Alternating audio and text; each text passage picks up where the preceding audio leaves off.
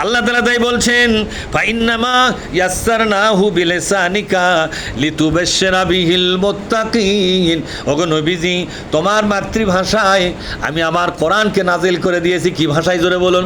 তোমার মাতৃভাষায় আমি আমার কোরআনটাকে নাজিল করে দিয়েছি।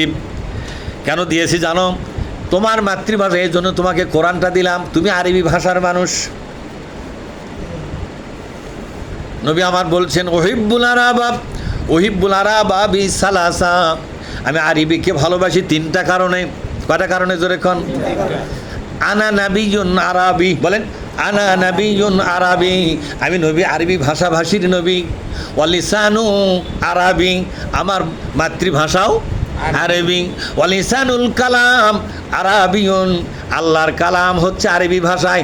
এই তিনটা কারণেই আমি আরবি ভাষাটাকে বেশি পছন্দ করি। আমার কথা বোঝেননি?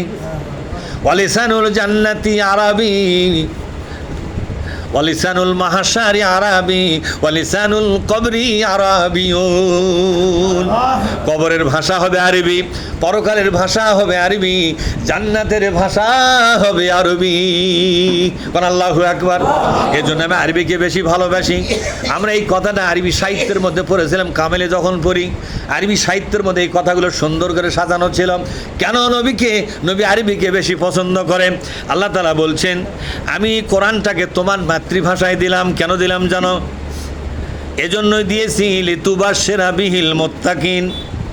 বলেন, লিতুবাশশিরা বিহিল মুত্তাকিন, যারা মুত্তাকি হবে আমার কোরআন দিয়া তাদেরকে ভালো খবর জানাইয়া দিও। মুত্তাকি হতে পারবে যারা, তাদেরকে বলে দিও, ও মুত্তাকি বান্দা, তোমাদের কোনো ভয় নাই, তোমাদের কোনো চিন্তা নাই। আল্লাহ তোমাদের জন্য বড় মাপের সম্মান আর মর্যাদা নির্ধারণ করে ফেলেছে। ওয়াতুনজিরু বিহি, বলেন ওয়াতুনজিরু বিহি কওমাল লুদ্দা। এ লুদ্দা নামক জাতিকে, লুদ্দা মানে কি? লুদ্দা মানে হলো জীবনে সব রাজনীতির সাথে তার কোনো ক্যাসাল নাই, শুধু ক্যাসাল করবে আসে কোরআনের রাজনীতির সাথে। কার সাথে জোরে এখন? ইসলামী রাজনীতির সঙ্গে ক্যাসাল করা লোকের অভাব আছে না নাই? অভাব নাই। ইসলামী রাজনীতির সঙ্গে সবাই ক্যাসাল করবে। দেখুন, অনেক বড় বড় নেতা আছে এই বাংলাদেশে যারা 5 ওয়াক্ত নামাজ আপনার সাথেই পড়বে, রোজা আপনার সাথেই করবে, মিলাদ মাহফিল আপনার সাথেই করবে, দোয়ার অনুষ্ঠানে আপনার সাথেই বসবে, এমনকি হাজির সম্মেলন পর্যন্ত তো আপনার সাথেই বসে থেকে হাজির সম্মেলন উপভোগ করবে। আছে না নাই যেরকম? জানাজা আপনার সাথেই করবে।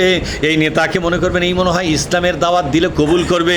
যেই না বলছেন আল্লাহর কোরআন কায়েমের জন্য আসেন আমাদের দলে যোগদান করেন, সেদিন থেকে আপনার সাথে ক্যাসাল শুরু করবে।